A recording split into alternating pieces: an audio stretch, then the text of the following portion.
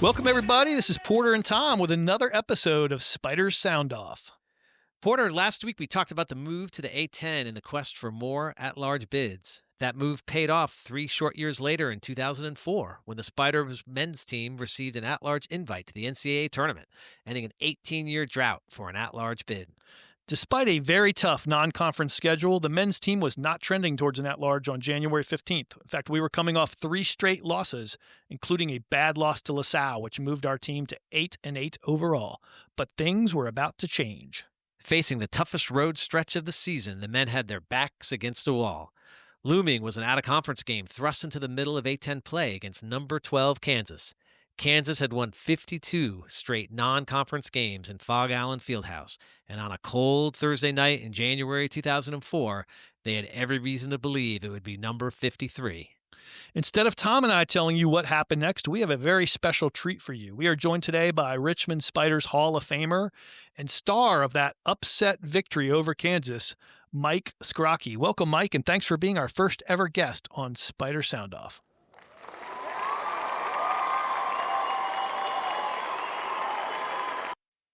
No, thank you. Thanks for having me. Sounds like the Robin Center is cheering me on again. As we would. As we're focusing on the Kansas game today, we thought we'd just maybe start back to the beginning of your senior season, before games even started. What kind of goals did the team have? Did you have clear goals that you set before every season or before your senior season of what you were hoping to accomplish? Yeah, I mean, I think it varies based on the age of the player on the team, but as a senior, you're really just hoping to make the tournament, and that's the goal every year. I don't know if expectations were high, purely because, the year before we were just above 500. Now, it was a transition year. We had a new coach and Coach Wainwright, so it was expected that there was going to be a feeling out process, but we kind of felt like year 2 we were going to be better, and we had a good core returning, and Coach Wainwright was bringing in his players that year. We had some of his recruits coming, and so that was a good thing. And so we were looking forward to it, but, the schedule, we took an early look at it, and we knew it was tough, so we knew it was going to be difficult from the onset. Through November, December, you guys start 7-5 OOC, and then you start 1-3 in the conference. So how are you feeling at that point in time? You're 8-8. You're probably thinking to yourselves, not exactly where you were hoping to be through 16 games, but tell us how you were feeling. Yeah, I mean, after out of conference wrapped up, we felt okay because we knew it was a difficult out of conference. So even though I think we were just above 500, we had some good wins. Like we won at Colorado, which was a tough road trip. We hung with Wake, which had Chris Paul at the time, and is a top team. We beat VCU, I think, by 15 or 20, who I think ended up winning the CAA. So even though our record didn't reflect, we felt good going into the A10. Then we started, I think we beat Duquesne. I had to go back and look. So we started out good, but then the next 3, especially that loss to LaSalle. If you want to talk about a loss coaches were not happy with, that was probably top of the list. And then you come back, usually after a loss, you regroup, you come back and you think, all right, just go to the next game. But all of us, I mean, truthfully speaking, we saw Kansas on the schedule from day one. So we knew it was coming. We were excited about it. We weren't overlooking Temple, but we knew Temple was a team we generally played well against, just because they played that zone. And quite frankly, myself, guys like Reggie Brown who like to shoot, Temple was like almost the perfect matchup for us because it was like, hey, we just get to shoot threes today. So let's just sit out there, try to drain a couple, and we'll get out of here. So we weren't feeling great, I mean, honestly. And part of us were looking at that Kansas game going, yeah, we're excited, we're going there, but, what in the world was Coach thinking, scheduling Kansas in the middle of our A10 bye week? And here we are. It might have been a different feeling had maybe we started 3-1, because, St. Joe's, I think, was one of those losses, and they were a top 5 team that year. They were a juggernaut. So Yeah. that loss, I think we said, all right, that's acceptable. But the others, we felt like we're not. But Coach had instilled a big thing in us is that the the most important game of the year is the next game. Forget the rest. I mean, you can't. So we all had that mindset, and we knew, all right, we're coming up on this road trip. What's the big game? Temple. So let's just go beat Temple, and then we'll figure out after that what happens. But we had to go beat them first, and that's a they're a tough team simply because they play that weird zone, or they did, with Coach Cheney. They had big, long guys, and they usually had, I mean, almost every year we were there, one or two guards that were just, you couldn't stop them. I mean, I think it was Hawkins, and there was another guy there who, you know, it was like 20 points a night for both of them, and you were just trying to hope, could you outscore them enough? And luckily we were able to. Mike, I hate to pivot away from the Temple game for just a second, and before we get to Kansas, but you mentioned St. Joe's, and that meant also that you played against Jameer Nelson. Tell us a bit about what it was like, getting a chance to play against Jameer, and just in general, any thoughts you have about the St. Joe's program? Yeah, I mean, it was lucky for us. We got to play him at the Robin Center, so that was good. But bad news is they came in, jumped out on us early. I think took like a 15, 20 point lead, and then we were playing uphill. And when you're playing Jameer, they also had another NBA guy, Delonte West. Then they had the big guy Jones and the shooter Carroll. It was just tough to deal with. And Jameer was just one of those guys that could really just take over a game whenever he wanted, and probably could score 20, 30, 40 any given night. But he kind of knew his role was to keep others involved, keep them going. So I think in that second half, we got close. And then all of a sudden, he just decided, yeah, I'm not going to let this happen. And I think he scored like 8 or 10 in a row. And next thing you know, we're back down and, just trying to hang in there. But yeah, I mean, they were a great program that year. They had a great run. Funny story with Jameer was I was actually recruited by St. Joe's out of high school, and Coach Martelli would always talk to me about this Jameer guy, saying, "Hey, Jameer, you're going to be great paired up with him. He's going to drive, kick to you. It's going to be a lot of open shots, a lot of this." And I was like, "Who is this Jameer kid? I've never heard of him, never seen him. I don't know who he is." Next thing you know, I'm in college playing against him, and he's you know, top ranked player in college, top ranked team, and here we are playing at the Robins Center, and he's getting the best of us. So, but they were a good team. They had a good run that year, and just glad it's a story you can tell people you got to play against them. I'm guessing when they played us, they were still undefeated at that point in time because they had a big undefeated streak that year, Correct. didn't they? Yeah. Yeah. I think they were they were, yeah, no, they were definitely undefeated. I think the game might even have been and it was nationally televised simply because they were drawing such attention at the time. So it was, again, a big game, Robin Center, top ranked team, undefeated. Um, and, even though we were coming off that out of conference schedule where we played good teams, so we felt like, hey, we can hang with them, but they were just so tough. I mean, you get behind, it was hard to come back. So, getting back to Kansas, would love to know more about what the transition was from playing on the road at Temple and ending up in Kansas for a Thursday game. What happened between? What were the logistics that the team had to manage? Yeah.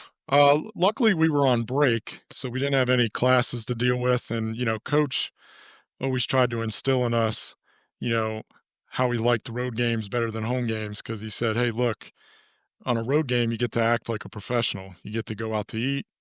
You get to just practice, lounge in the hotel. You could walk around the city if you want. So you really are like a professional for a day or two. And so he really tried to sell us on that anytime we went on the road. And it might be a good reason why we had a good road record under Coach Wainwright is just, we really bought into that. But I think with that game, we came home from Philly, we came back to Richmond, but typically you would go out to a game one day before. So if the game's on Thursday, you'd usually fly out on Wednesday. We went out a day early, so I think we went out on Tuesday just because we had the time to do it. And then we had a practice Wednesday there. and then you do a shoot around the morning of. But I remember at practice, coach would generally just let us kind of run around, shoot around, get a feel for the gym for the first 10, 15 minutes. And then he would call us into the middle, and he did. And I remember him just saying, okay, everyone go ahead, take a look, because you're in Allen Fieldhouse, historic college basketball. There's banners everywhere. The gym looks like it's still set in like the 1900s in some pieces. And there's just a lot of history there. And of course, we're all going to be looking, staring at it. Look at that banner. Look at that name. Look at that guy. So for him to acknowledge and just say, hey, take a look, take your time, but then say, all right, now let's get back to work. I think really just kind of set the mindset, hey, this is a pretty cool thing, but let's remember why we're here.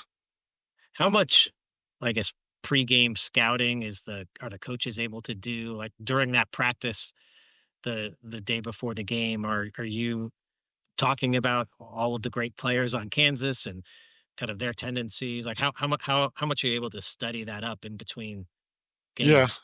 I mean, it depends on the time in between. I mean, since this game was Saturday to Thursday, I mean, we had a lot of time. I mean, that's usually more than you get.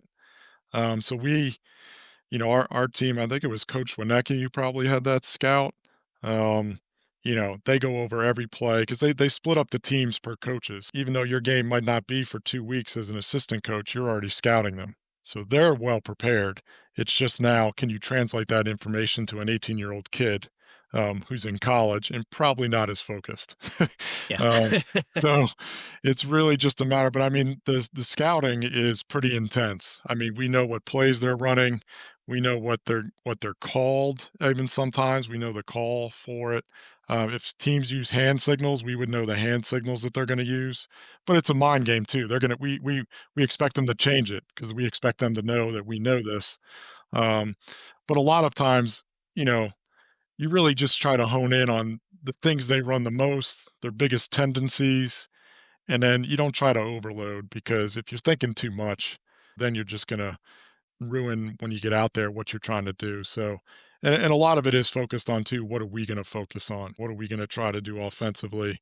What are we going to try defensively? Another good story about scouting. I don't think we did it in the Kansas game. I can't, but Coach Wainwright was big on it doesn't matter what we do, it just matters how we do it.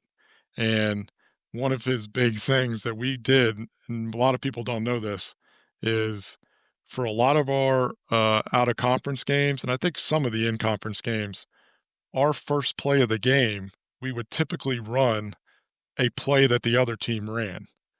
And it was mainly just because it was his way. He was very big on we're not going to let them push us around. We're going to meet them in the middle of the room and we're going to let them know, like, if they're going to win We're here this to game, play. they're going to have to go through us. So we Right. would run one of their plays at the beginning of every game. And it was his way to just say, yeah, we just ran one of your plays. What are you going to do about it? and, and it was a play we, it was, it was a play we never practiced. I mean, we ran it once, a day Yeah. before the game, and he was like, "That's going to be our first play," and we were like, "This play that we never ran, we're running that as the opening play."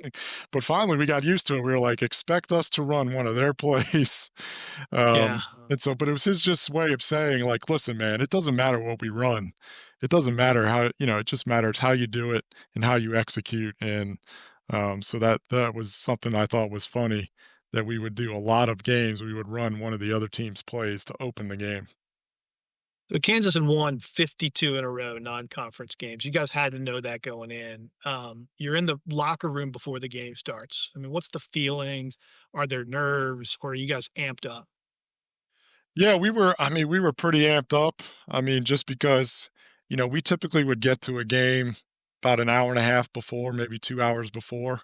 So when we got to Kansas, they weren't letting people in yet.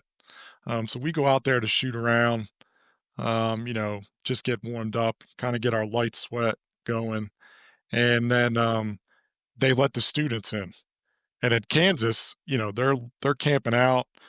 Funny story from that shoot around the night before, there was kids camping out in the hallway a night before. And I asked, one of our coaches, what are they doing out there? And he said, hey, they're camping out to get tickets to. And I said, "Well, shoot, you can give them one of mine. Nobody from my family's coming. See if they want to buy one. Like they could sit right behind the bench, you know." Like, he said, "Yeah, we're not going to It's do it." like Reese Bobby and Talladega Nights, right? Yeah, yeah, go ahead. And Tickets for sale. but what was funny is I remember, we're shooting around and then the doors open and here come like 500 kids running because it's not an assigned seat for them. It's first come, first serve. So they just like flood in because they want to get first row and here they come and as soon as they get in there, they're yelling at you like, "Scrocky, you stink. It's going to be a bad night." They're yelling and they know everyone. They know everyone on our team. Wow. They're yelling, screaming. So we're like, all They've right, scouted too. The students yeah, have scouted. yeah. So it was great. We were ready. Coach Wainwright did a good pregame, I thought, where there was two pregames. One was good, one was not so good. One was he listed all the great players we had played against. So this was kind of before we went out that first time. And it was basically like, hey, Jameer Nelson, Delonte West, all these great guys from like Colorado, all these great players. And he's basically saying, are you telling me that there's guys on Kansas that are better than what you've already faced? He's like, I don't believe it.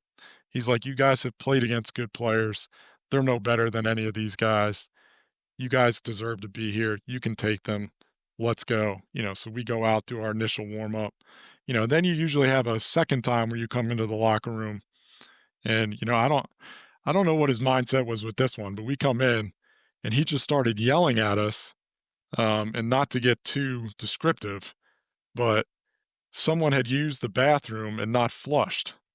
And he was not, he went off about it for 5, 8 minutes. And we're sitting there going, Coach, we get it. We're sorry. We don't know who did it, but like, we got to go out, we got to go out and play this game. Is this really what you want to talk to us about? And that's all he talked about. He just was like yelling at us, like how disrespectful it was, how Sure, like, you weren't like nodding towards O'Malley. yeah. And I'm like, we're like, we don't even know who did this. But looking back on it, I was thinking about it before I came on here. Because the guys on the team, we've talked about it. Like that is the wildest pregame. I wonder if it was like, if you've ever seen the movie Rocky, before he goes out for one of his fights, he's talking about his robe. He's like, yeah, this is a really nice robe. And his trainer's like, what are you talking about? Like, this is the biggest fight of your life. And you're talking, yeah. So maybe it was just his way to kind of get our mind off the game before we go out there. And just say, hey, if I get them loose for just a few seconds before they step on that court, maybe it was his way, but I don't know. He said some pretty wild stuff, my 2 years with him, and this was near the top of the list. But but the other I will say the thing about the pregame was just the rock chalk Jayhawk. So it's this like rocking chant, and they do it during pregame, and we could hear it because our locker room was like under the stands. And all of a sudden, we could hear this like chanting. And it's just like this. And then we could see it when we come out. They're swaying back in the whole gym. I mean, 18,000 people in unison, swaying, doing this rock, chalk, Jayhawk. And it was just like, wow, this is intense. This is going to happen. Listening to that, and you can't even turn to the guy next to you and say, we're not in Kansas anymore. Yeah, exactly. So, maybe just getting into the game, Mike, as you said, it's loud as can be, I'm sure. Did you ever experience anything louder than that from an arena? I know that's maybe hard to measure, but I'm sure that. No, yeah. So you're like, you're on the floor opening tip. I mean, was it just like? No, the closest one I would say is Dayton. Dayton gets pretty loud, mainly because they do sell out. They typically put the band right next to your bench, so their band is like blowing into your, bench, under your basket, and their fans just, I mean, good for them. They get really into it. So Dayton was probably pretty close, in terms of being loud, but it, just a sea of blue, the Jayhawk blue was everywhere. And yeah, it's definitely one of the loudest I've experienced. How's the game open? Was there a big play? I think Yeah, right off not the good. bat? Yeah, yeah. One of our pregame rules, sometimes we would have things that we wanted to focus on, and one of the pregame rules was no dunks. Coach was like, "I don't want any dunks. If somebody goes up for a dunk, foul them. I don't want the crowd to get energized." And we understood that. We were like, "Yeah, it makes sense. We get it." And I think, literally off the tip, they dunked. I think they tipped it, made one or two passes. It was like an alley oop dunk. And I remember, like, I think I was running back, and I looked at the bench and was like, "Okay, well, we got that out of the way. Like, let's let's go to rule 2. What was rule 2? Like, rule 1's over with. Let's move." Like, but maybe it was a good thing. Maybe it was like, all right, we don't have to worry about it anymore. They dunked. It was early. Yeah. Crowd's into it, but so be it. They were Yeah. into it anyway. So I don't know. It didn't. But right after that, I think the key with any road game that we tried to focus on was just keep the game close. We Yeah. knew our defense was good. You got Tony Dobbins, who's best defender in the A10, probably one of the Yeah. best defenders in the country, and our team defense behind Tony was so good that we felt confident. Although probably from a fan perspective, not always very pretty because games would be low scoring, but Mhm. that's what we wanted. We wanted low scoring. We wanted it to be ugly because we knew if that was the case, all we had to do was hit a few shots, and we had guys that could knock down shots timely.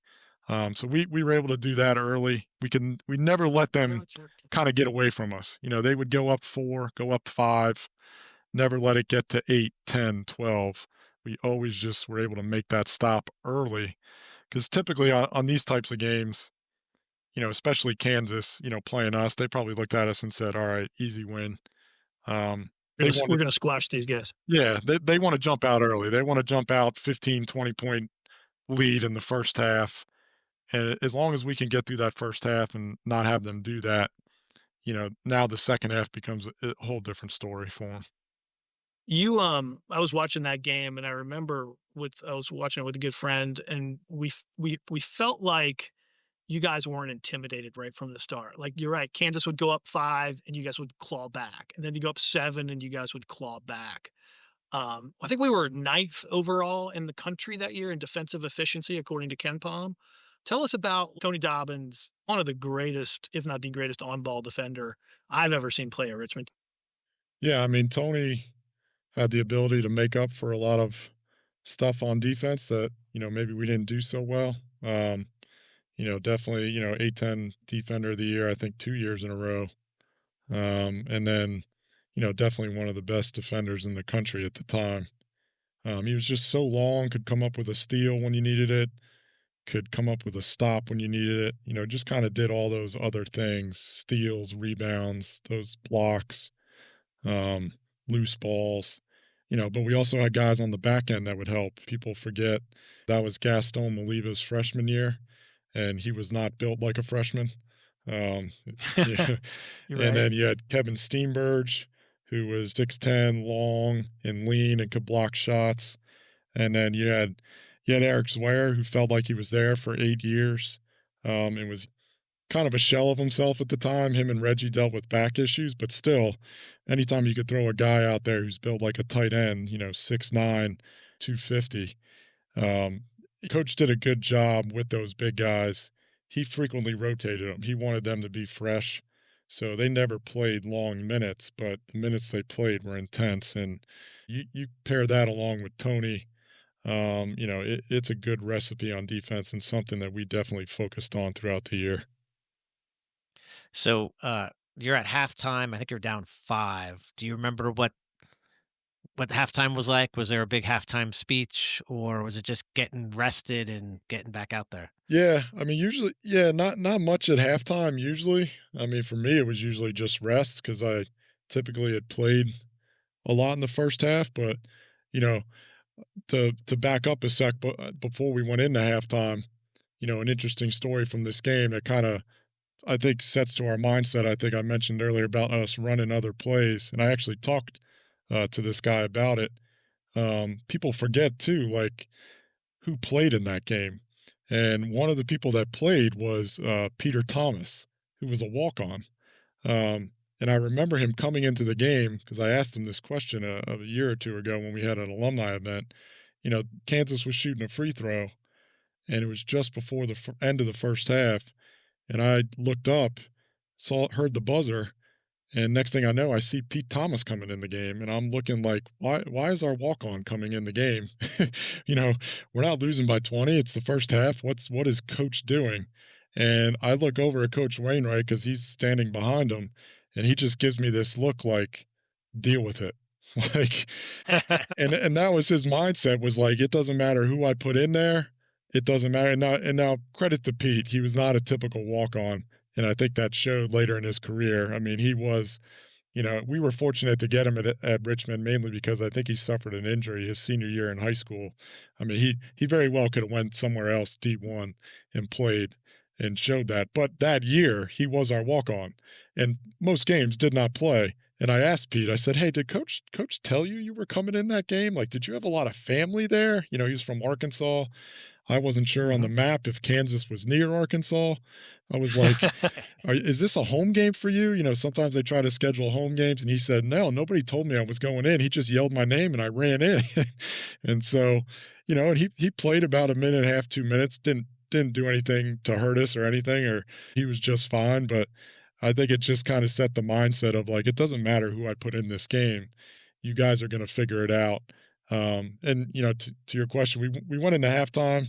We felt good. It was close. That's what we wanted.